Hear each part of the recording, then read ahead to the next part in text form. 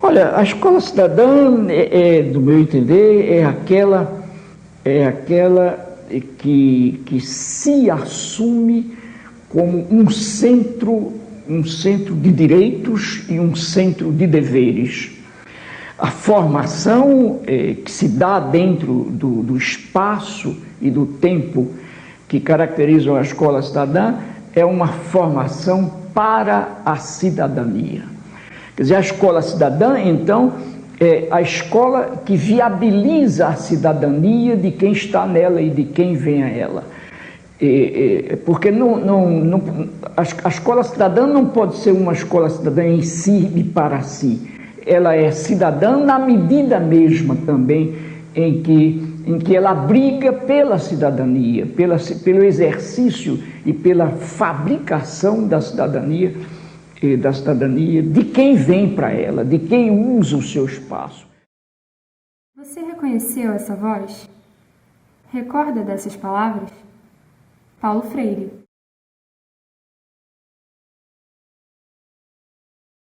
O patrono da educação brasileira costumava dizer: a educação não transforma o mundo, a educação muda as pessoas, e as pessoas que transformam o mundo.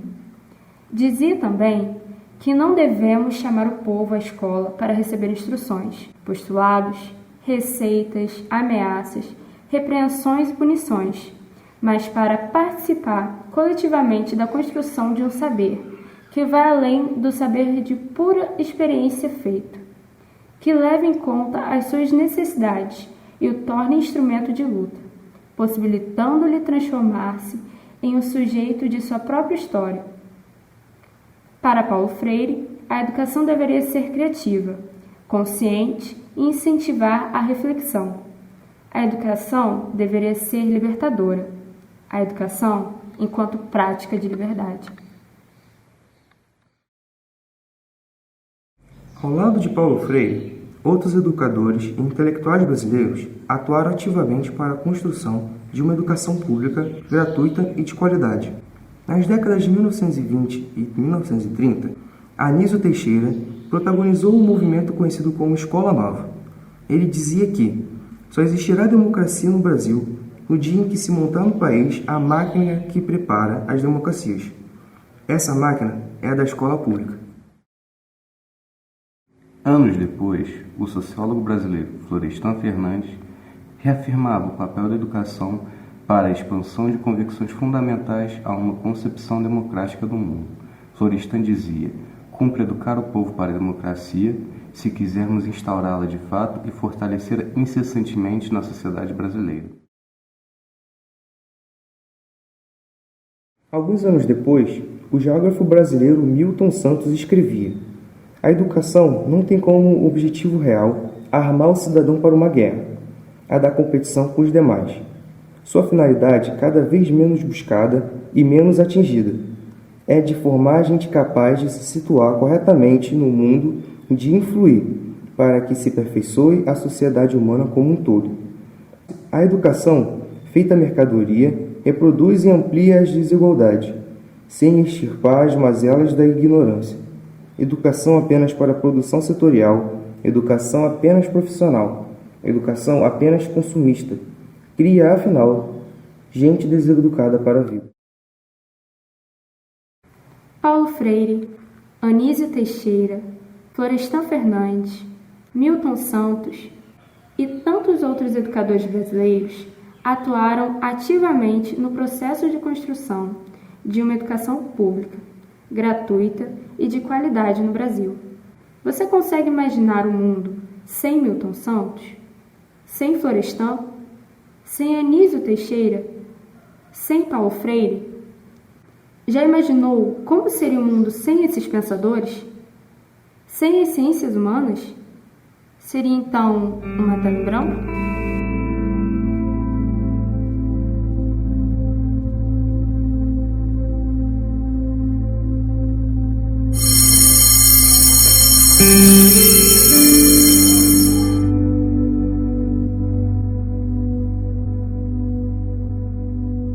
Eu acho que as ciências humanas são uma área de extrema importância principalmente para abrir a nossa mente para conhecer o mundo de verdade, o que está por trás, que muitas vezes a gente não conhece.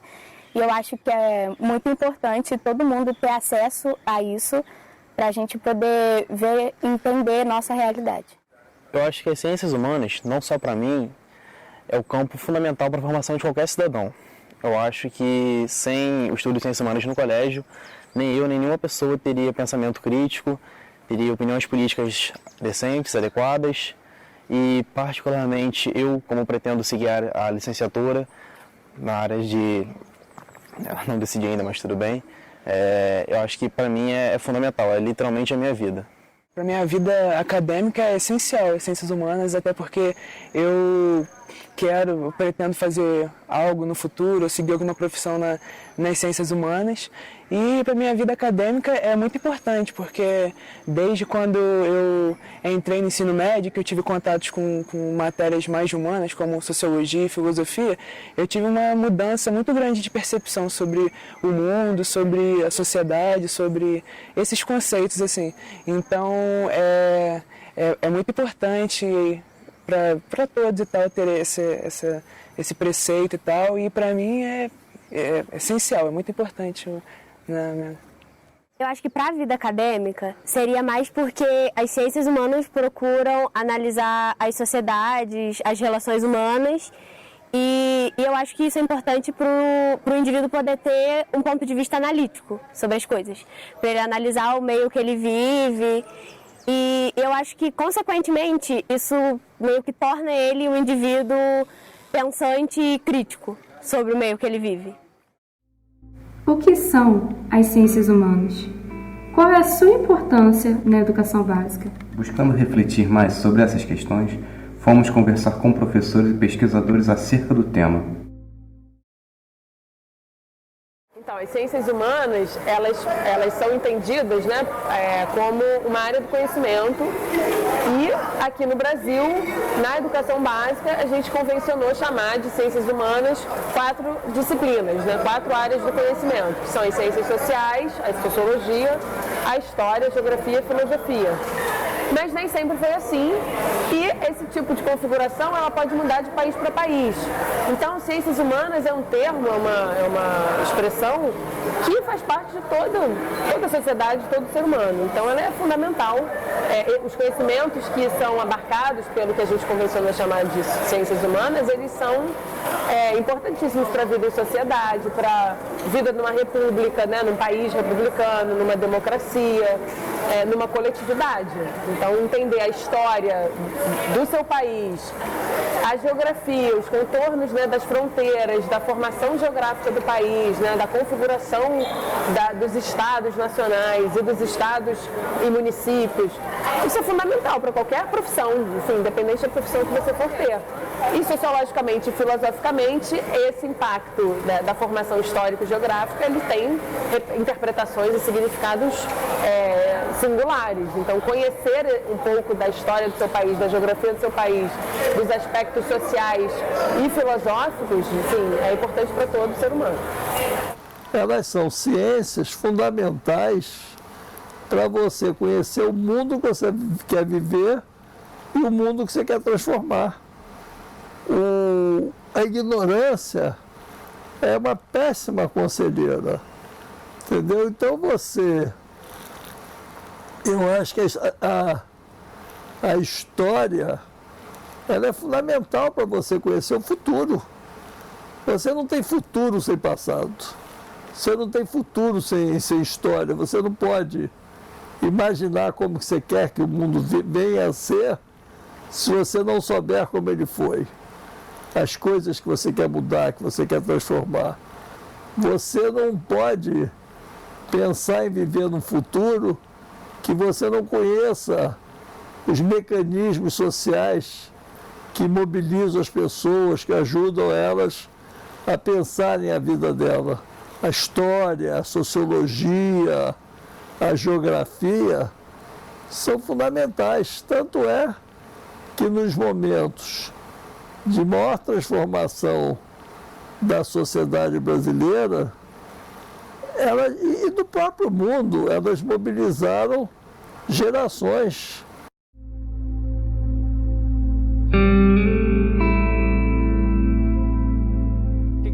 que as humanidades buscam? Fazer que o ser humano se entenda em sociedade. Nós estamos passando mudanças muito sérias. Então, se o jovem não tem uma base de sociologia, de filosofia, de geografia, de história, ele não vai ter o código para ler o que está acontecendo no país. Ele vai ser alienado, isto é, vai pensar com a cabeça do outro. As ciências humanas, a palavra propriamente diz, é para que a gente se entenda e analise como os humanos criam a sociedade, criam as relações sociais. Elas são fundamentais na vida de qualquer pessoa humana. Refletir sobre o papel e a importância das ciências humanas na educação básica significa também refletir de um modo mais amplo sobre o que é educação e o que ela deve oferecer aos estudantes. Eu acho que é muito importante que o aluno, que o estudante tenha acesso a todo o conhecimento que é socializado e construído historicamente pela humanidade. A matemática, a física, a química, a biologia, as ciências, de um modo geral, mas também as ciências humanas. As ciências humanas, assim como as ciências naturais e todas as demais ciências, todas elas têm uma importância fundamental na formação do indivíduo. São dois termos que vêm do latim, né? Um que tem a ver com muito mais com o que é uma educação por inteiro ou integral, né? Que é o termo omnilateralidade, ou seja, o que é uma educação que leva em conta todas as dimensões da vida, físicas, biológicas, sociais, culturais, filosóficas, éticas, estéticas, afetivas. Então, a educação básica teria que dar ao jovem essa oportunidade de um desenvolvimento de todas as suas dimensões. Omnilateral, em latim, omni significa todos, e lateral, todas as dimensões. E outra palavra que vem do grego, que é politecnia, politekné. Na verdade, se a gente traduzir linearmente, é aprender muitas técnicas, mas o sentido não é este. O que é uma educação que desenvolve no jovem as bases das ciências da natureza para entender como funciona a física, a química, a biologia, o corpo humano, e as ciências humanas, como é que funciona a cabeça das pessoas, a psicologia, como é que os seres humanos se organizam em sociedade, a sociologia, como é que se distribui a geografia humana, como é que as pessoas coloca questões significantes na vida, a filosofia, etc. Isso compõe aquilo que um autor italiano, Antonio Gramsci, chama da sociedade dos homens e da sociedade da natureza. Então, uma educação politécnica, omnilateral, é aquela que dá ao jovem, na sua educação básica, portanto, que dá base, as bases científicas de todos os campos de conhecimento. Você não aprende fragmentariamente, você não adestra, você não é adestrado. Quando você é adestrado, você não aprende a base. A educação deve ser entendida como um processo de formação integral do indivíduo, e neste sentido, as ciências humanas desempenham um papel fundamental. Bom, eu diria que a importância das ciências humanas na educação, e isso como uma forma de conhecimento da sociedade, é primordial, porque nós temos que conhecer a nossa história, a história da humanidade, as nossas histórias de vida, a história dos nossos lugares. Nós temos que conhecer a nossa geografia, a geografia do mundo, a geografia do lugar. Hoje você pode estar inserido em uma pequena comunidade, mas essa comunidade está absolutamente em troca constante com uma rede global. Seja através da economia, seja através das trocas culturais, seja através das diversas formas de interação, aí através da tecnologia. Então, saber sobre o espaço, saber sobre as escalas de poder, é saber sobre nós mesmos. Eu gosto de dizer que a sociologia, que claro, chama sociologia, mas como você bem destacou, né, traz junto a antropologia e a ciência política, tem uma função humanitária, eu diria até civilizatória, fundamental na educação básica. Por que civilizatória? Porque é o momento em que o estudante vai tomar contato com reflexões que o permitem entender a vida social como ela é. Né? Entender, por exemplo, por que a maior parte da população pobre desse país é negra. Entender por que existem determinados tipos de reação, de intolerância com relação a essa população. Então, é um momento em que o princípio da alteridade, ou enfim, o sentimento da empatia, que nem sempre está ali, ele é exercitado de maneira científica, né? Ele é exercitado a partir de saberes, a partir de pesquisas, de estudos de caso, de conceitos. Então, eu acho fundamental, eu não consigo conceber um processo de educação formal que não passe por esse processo civilizatório de tomar contato com conceitos, ideias, pesquisas e reflexões que nos permitam entender o outro, nos permitam entender a vida social para além do nosso umbigo. E é claro que a história toca nisso de algumas maneiras, a geografia também, mas a sociologia, com seus pares, sociologia e ciência política, é o espaço em que isso é trabalhado de maneira mais densa. Eu acho que as ciências sociais ainda tem muito a dizer, né? Quando você diz que a sociedade ela está se desumanizando, para a gente dá um pouco um sentimento de derrota, né? Porque é como se, apesar da sociologia ter ingressado nos currículos escolares, a gente não tem a influência que muitos acham que nós temos, né? Esse poder que o professor tem de intervir na realidade social, de alterar essa realidade, no sentido da transformação, no sentido da justiça social. Então, essa é uma visão que é muito uma pecha, né, muito dada para o professor de sociologia, pelo professor da área de humanas em geral, né? Como se nós todos fôssemos rotulados como revolucionários, comunistas, esquerdistas, etc. Eu não vejo isso, né? Eu acho que a sociologia tem uma contribuição muito grande a dar nessa reflexão crítica. E eu entendo que os alunos que acompanham e compreendem a sociologia, eles conseguem ter uma percepção sobre a vida e sociedade diferenciada, porque é uma percepção qualificada do ponto de vista científico, né? Existe uma técnica, existe um método de observação sobre a realidade social. Então, eu acho que essa é a contribuição da sociologia. Isso não significa que a gente está formando revolucionários, né? Então, esse rótulo, esse estigma, ele é inapropriado, e a própria realidade social que a gente vive hoje, com tantos retrocessos, né, mostra eu vejo isso. justamente as ciências humanas ganhando espaço na sociedade, a sociedade entendendo, conseguindo revelar, né, o que há por detrás das aparências, das relações, dos processos, das estruturas que existem na sociedade. Então, eu acredito que não, as ciências humanas estão cada vez mais fortes, e isso incomoda muito, isso incomoda, sobretudo, aos mais conservadores.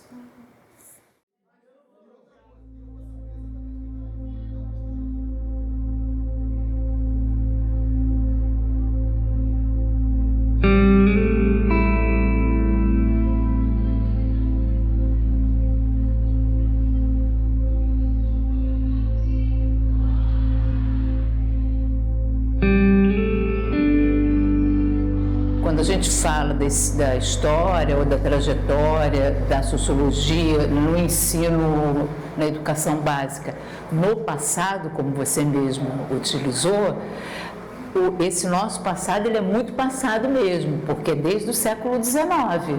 A primeira vez que a sociologia, enquanto uma disciplina no ensino secundário, surgiu foi no século XIX. A nossa disciplina, a sociologia, no currículo do ensino médio, ela sempre foi muito inconstante. Às vezes ela estava presente no currículo, às vezes ela saía do currículo. Quando, em 2008, foi feita uma lei federal, que é a 11.684 de 2008, uma lei nacional que tornou obrigatório o ensino da filosofia e da sociologia em todos os estados do Brasil, em todas as escolas do ensino médio e nas 3 séries do ensino médio. Então, a gente pode dizer que essa foi uma fase assim, de grande avanço da disciplina, quando a gente pensa da disciplina no contexto escolar. E de lá para cá, o que eu percebo, assim, até como professora, é que houve um interesse muito grande por parte de estudantes pelo curso de Ciências Sociais, de licenciatura em Ciências Sociais. Por quê? Porque as pessoas viam nele, ou veem nele, a possibilidade de ter uma profissão, de ser professor, e também a gente tinha muitas pesquisas, porque uma coisa vai puxando a outra. Você tem a obrigatoriedade da disciplina, a disciplina está presente na escola, ela passa a ser mais socializada para o conjunto dos estudantes do ensino médio, como nós vimos aqui, os estudantes começam a ter interesse. Isso é uma coisa que vai se reproduzindo até mesmo na sociedade como um todo. A sociologia, ela passa a ter maior visibilidade, vamos dizer assim. Então, é claro que isso também teve reflexos nas aulas que a gente dava, na produção acadêmica, nas pesquisas sobre esse tema, tudo isso foi crescendo. Nesse momento, de uns anos para cá, a disciplina começa a perder um pouco mais de prestígio. Por quê? Porque essa lei de 2008, ela foi revogada. Então, hoje, de acordo com essas novas diretrizes educacionais, elas ainda estão em andamento, ainda estão num processo aí de debate e tal, mas com a reforma do ensino médio e com a nova Base Nacional Comum Curricular, tanto a sociologia quanto a filosofia, elas perderam o status de disciplina. Por isso, inclusive, a gente fez um dos motivos, é claro, para a gente ter realizado essa Olimpíada, foi também para fazer essa mobilização, para a gente fazer uma mobilização e tornar essa luta que a gente, enfim, acredita que a sociologia é muito importante, como uma das disciplinas importantes para a formação do jovem que está no ensino médio. Então, a gente realmente está tentando reverter essa situação de não permanência da sociologia no currículo. A reforma do ensino médio, ao tornar apenas conteúdos de filosofia e sociologia obrigatórios e não mais como disciplinas, e ao propor os chamados itinerários formativos aos estudantes, deixa muitas incertezas quanto à capacidade do novo modelo de garantir uma educação verdadeiramente integral aos jovens. E a gente percebe que dentro do que a gente estuda enquanto ciências humanas, a diferença do pensar está dentro dessas disciplinas, né? E o ataque que a gente vem sofrendo na nossa atualidade tende a trazer uma sociedade bem desmotivada no quesito a pensar, né? Talvez, digamos, mais manipulada, diríamos assim. É desesperador. Porque são disciplinas que requerem mais, inclusive a questão do debate, para a gente fazer a formação crítica mesmo, a gente precisava ter mais tempo em sala de aula. 2 tempos de aula numa semana inteira é quase que impossível fazer uns milagres em sala de aula. A gente precisaria de uma mudança dentro da grade. Infelizmente, a mudança que fora feita, está sendo proposta agora, é para diminuir cada vez mais esse tempo, e o que a gente, na verdade, precisa é tempo para poder debater, para discutir, para poder trazer assuntos que são de tão importância, tamanha importância para a nossa sociedade, para dentro de sala de aula, e nem sempre a gente consegue com esses 2 tempos de aula. Olha, eu vejo com muita preocupação. Acho que tem avanços importantes se você pensar no estímulo às transversalidades, que as disciplinas dialoguem mais. Eu acho que todo professor de ciências humanas, pelo menos, os que leram Paulo Freire, que gostam de Paulo Freire, gostam dessa perspectiva de pensar o conhecimento como uma construção não tão segmentada, mais próxima à prática. Eu acho que isso é muito importante. Mas, por outro lado, eu entendo que essa reforma não contempla, aí voltando ao tema da desigualdade, a enorme desigualdade social e regional do país. Essa reforma permite que as escolas façam escolhas, que algumas disciplinas sejam preteridas em relação a outras, e muitas escolas, a gente sabe, país afora, não tem um quadro de professores suficientes para fazer essa escolha de maneira pedagógica, As escolhas vão se dar muito em função do que tem ali à mão, em termos de recursos humanos, de estrutura física. Então, a minha impressão é que essa reforma vai aumentar as desigualdades. Escolas que têm grandes centros urbanos ou escolas particulares que têm recursos vão poder fazer uma coisa muito bacana.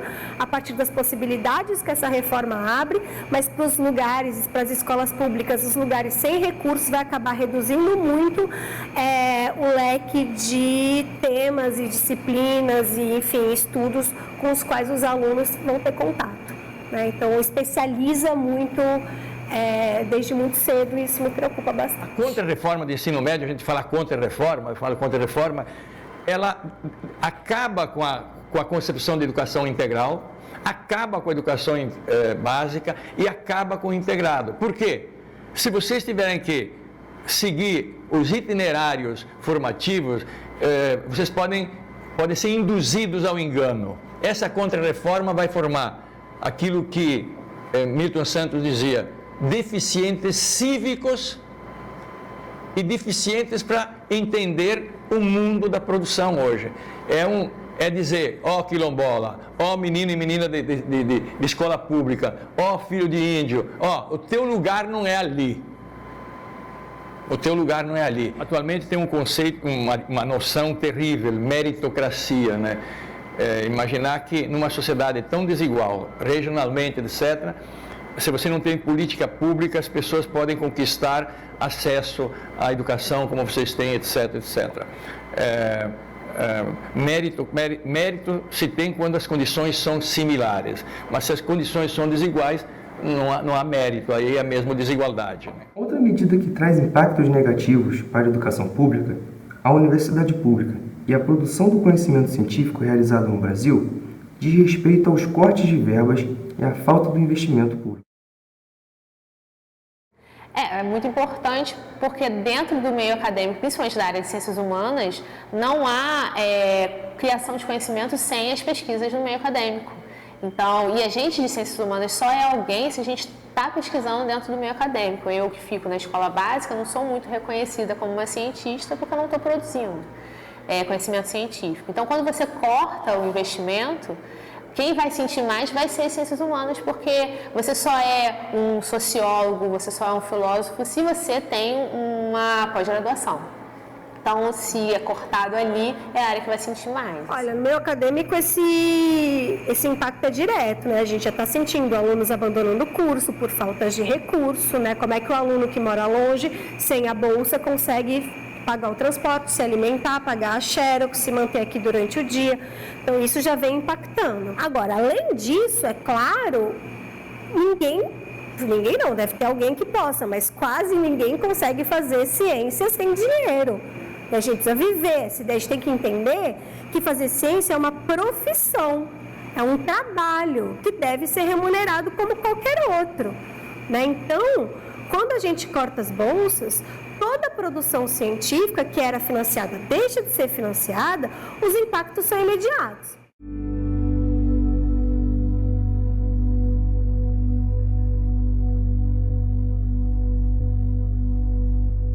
Eu acho que influencia a capacidade do Brasil de ser um grande país, né? Você cortar verbas para a educação, cortar verbas para a ciência, que é o que está acontecendo, significa comprometer o nosso futuro. Isso vale para todas as áreas, né? É um corte de verbas que afeta a educação pública e que afeta a pesquisa, né, como extensão da educação, tem consequências desastrosas para o futuro desse país, né? Então, o que me leva a pensar que aqueles que hoje nos governam, eles não têm compromisso algum com o futuro, eles têm compromisso com a destruição.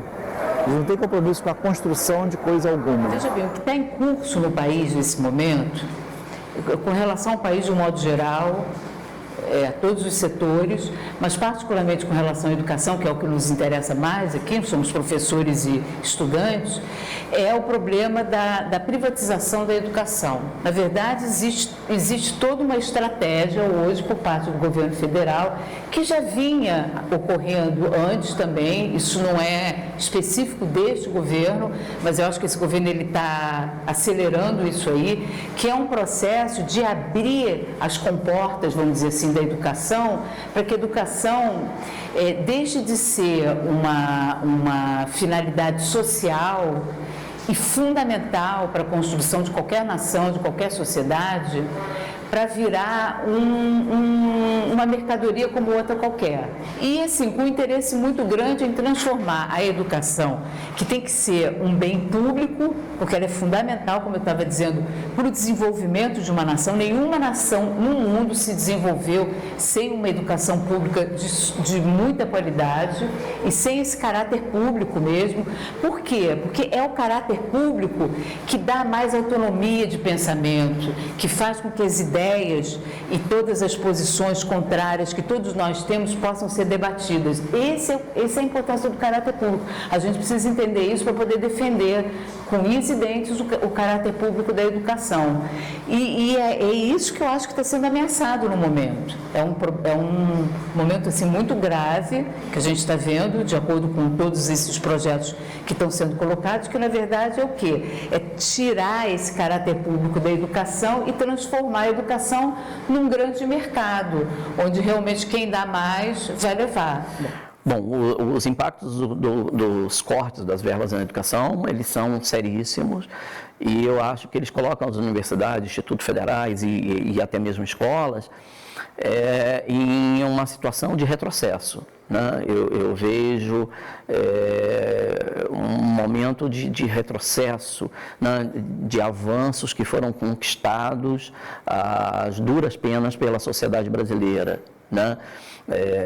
A diminuição da pesquisa, né? Isso já está ocorrendo nas universidades, a diminuição da extensão, a diminuição das vagas, né? No ensino público, né? Sobretudo no ensino superior, né? Isso são processos que já vêm acontecendo. Ou seja, eu estou falando de uma sociedade que, por conta desses cortes, está voltando ao passado, e para um passado que não é um passado glorioso, é para um passado bastante difícil e triste, sobretudo para as classes populares. Né? Existem aí várias pesquisas hoje mostrando que o público das universidades federais, né, ele é maioritariamente das classes mais baixas. Né? As universidades públicas, né, elas são, ao meu ver, hoje no Brasil, um dos principais instrumentos, né, de transformação social. Obviamente não são únicas, mas são um instrumento forte de transformação social. E isso está se retrocedendo. Então, nós estamos falando que nós estamos retrocedendo um movimento da sociedade, né, um movimento de conquista de direitos da sociedade. Né, e isso eu acho que é gravíssimo. O corte de verbas e a falta de investimento público na educação tem afetado seriamente as universidades públicas brasileiras e também coloca em risco políticas públicas educacionais consideradas como importantes conquistas da sociedade brasileira nas últimas décadas. Dentre elas, a rede dos Institutos Federais de Educação, Ciência e Tecnologia, criada pela Lei Federal 11.892 de 2008. Mas eu defino a criação dos institutos como a maior política de educação pública de qualidade, especialmente para o ensino médio e licenciaturas, que o Brasil teve até hoje desde a sua criação. E vocês têm o privilégio, né, por luta dos professores de vocês, de outros, da sociedade, de estarem dentro de uma escola que representa 6 a 7% da população jovem do Brasil e que vocês fazem um curso padrão mundo. Vocês não devem nada do curso de vocês ao que se faz na Alemanha, Itália. Eu passei agora 8 países, visitei escolas. Vocês têm uma escola absolutamente de qualidade, né? Então, os institutos são, para mim, a grande política educacional desse século no Brasil. A maior qualidade dos institutos é, primeiro, a sua quantidade. Então, eles estão espalhados em todo o Brasil, são 600 e poucos. Segundo, é a interiorização. Imaginem vocês lá de Paracambi, região, né? Se não tivesse um camping lá, teria que vir aqui no Cefet, uma seleção entre centenas de jovens. Vocês não estariam dentro da escola. Um que o outro poderia competir aqui, mas difícil. Então, a característica maior é a interiorização. E segundo, o acesso a novos sujeitos, por cotas, por critério das instituições. Diante desse cenário, que ações e estratégias podemos tomar na defesa da educação pública e na defesa das ciências humanas na educação básica? Olha, a gente tem feito através das associações, né? Todas as grandes associações científicas, SBPC, UPOX, ABA, estou falando aqui um monte de sigla, mas enfim, as associações por área têm se manifestado. Dentro de todas essas associações tem grupos de trabalho específicos voltados para o estudo do ensino da sociologia na educação básica.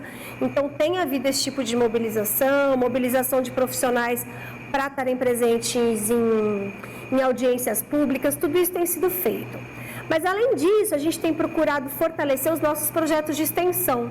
O que são os projetos de extensão? São aqueles projetos em que a comunidade universitária, professores e alunos, fazem coisas a partir das suas pesquisas, a partir do que é produzido na universidade, mas em benefício da população extra-universitária.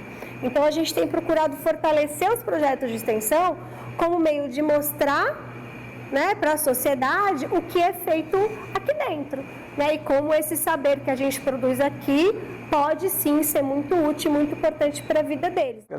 A gente não consegue alterar coisa alguma, senão a gente não consegue interferir no processo político, né? Então, hoje nós temos uma legislação que está sendo, em termos de educação, que está sendo reelaborada, que está excluindo as ciências humanas, né? Então, como que a gente reverte isso? A gente reverte isso através da ação política, né? Então, como a gente falou em conservadorismo, né, em retrocessos, do ponto de vista do pensamento, das práticas políticas, essa onda, vamos chamar assim, ela tem que ser revertida, né? A gente tem que acreditar na possibilidade de organização da população, dos movimentos sociais e das demandas que os próprios jovens podem fazer para que as ciências humanas sejam afirmadas ainda, ou reafirmadas como uma disciplina de relevância, como uma disciplina de importância para a formação humana, tá? Eu acho que é só assim que a gente consegue reverter esse quadro.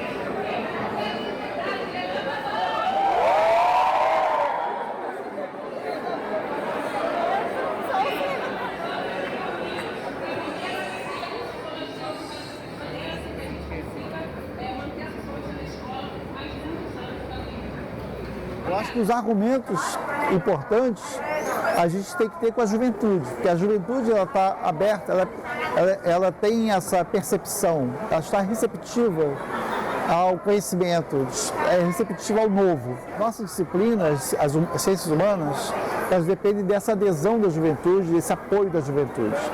Olha, eu acho que é participação política, uma participação política direta, né? Sejam em manifestações, seja nos espaços cotidianos, seja na sala de aula, né? Então, eu acho que temos que ser os porta-vozes das nossas lutas, né? Os porta-vozes das nossas lutas, e temos que ser, e temos também que pensar na política numa outra escala, nessa escala da democracia representativa. Então, quem são os nossos representantes políticos, em quem nós votamos, né? Quem nós apoiamos. Então, eu acho que passa aí, fundamentalmente, por uma luta política, né? Da microescala à escala do território nacional, né? Que educação nós queremos? Qual o seu papel em nossas vidas? E a mensagem que eu gostaria de deixar para vocês é um pensamento de um autor que faz muito a minha formação, é Florestan Fernandes. Tem um livro que chama Círculos da História. Ele diz o seguinte: a história não se faz por si mesma, a história não muda por si mesma, não abre nem fecha por si. São os homens, as mulheres em luta, em conflito, que fecham ou mudam o circuito da história. O papel da educação é aquele sonhado pelo Darcy Ribeiro, pelo Paulo Freire, por todos esses pensamentos brasileiros fundamentais que tentaram construir um país diferente. Milton Santos, Josué de Castro. Eu quero viver nesse mundo construído com muito suor, momento por gerações. As humanidades são uma ampla fonte de conhecimento, que tem como objetivo pensar no homem como ser social. Procura desvendar a complexidade da sociedade a fim de responder a um determinado porquê, por meio de questões elaboradas, produções criativas e elaborações de pesquisas. Como efeito, a classe dominante amedronta-se, pois agora nós temos o poder em nossas mãos, ao termos a capacidade de entender o mundo ao redor, de entendermos a nossa própria vida, pois sabe que conhecimento na mão do povo gera seres pensantes, gera reivindicações por nossos direitos. Querem nos manter calados e nos desarmar intelectualmente. Agora, voltamos a perguntar: qual a importância das ciências humanas na educação básica?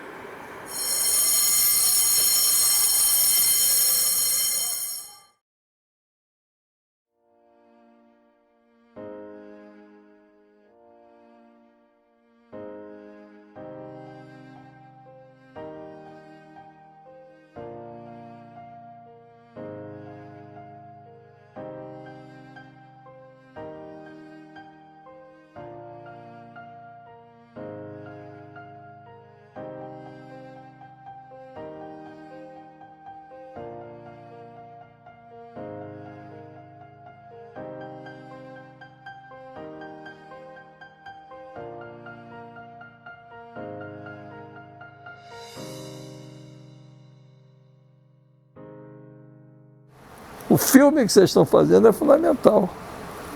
Ele é fundamental. Vocês não têm noção da importância e da responsabilidade que vocês têm nesse filme. Porque ele nasce de corações jovens. Entendeu? Ele vem de corações jovens, de gente que quer mudar a vida.